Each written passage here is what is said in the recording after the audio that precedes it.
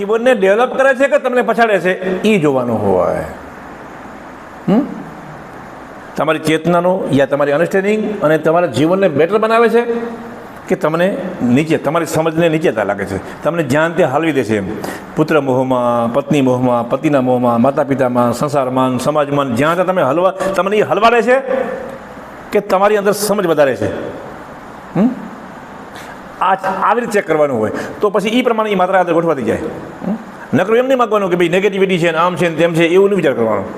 તમે જે કરવા માગો છો એમાં તમારી ગતિ થાય છે તો રેશિયો અંદર બરાબર છે. જો તમારી ગતિ અટકી યા તમારું ડ્રાઈવર બીજું થઈ ગયું તો એનો મતલબ કે પહેલી શક્તિ આપણી ઉપર હાવી થઈ ગઈ, આપણું બેલેન્સ બગડ્યું, એના પર્સેન્ટેજ વધી ગયા.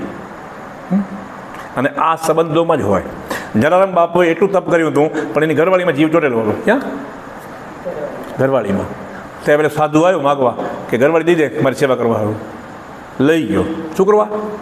કારણ કે એમાં જ એનો જીવ ચોટેલો હતો. એ એક કામ બાકી હતું, એ કામ મગજમાંથી નીકળી ગયું. હવે એને મનથી છોડી નાખ્યું હોય તો કાંઈ નથી હોતું, ઓલું માગવાનું આવ્યો હતું. પણ ધરાર પ્રકૃતિને એના કારણે છીનવી લેવી પડી. મૂકી નહીં. શું આ હે? હવે એટલા કામ મારું કરીને બધું બાકી રહી ગયું. તો સમજી જવાનું હોય તો ભલા ઓલો જે આપણામાં મહાભારતમાં પેલો રાજા ભરત એ ઓલા હરણાના બચ્ચામાં શેમાં જીવ ગયો? મન ચોટ્યું ને. તો આપણું પણ ક્યાંક ને ક્યાંક મન ચોટેલું હોય. હવે અહીંયા તમે એ વસ્તુ સમજો કે ફરજ બજાવવી અલગ વસ્તુ છો,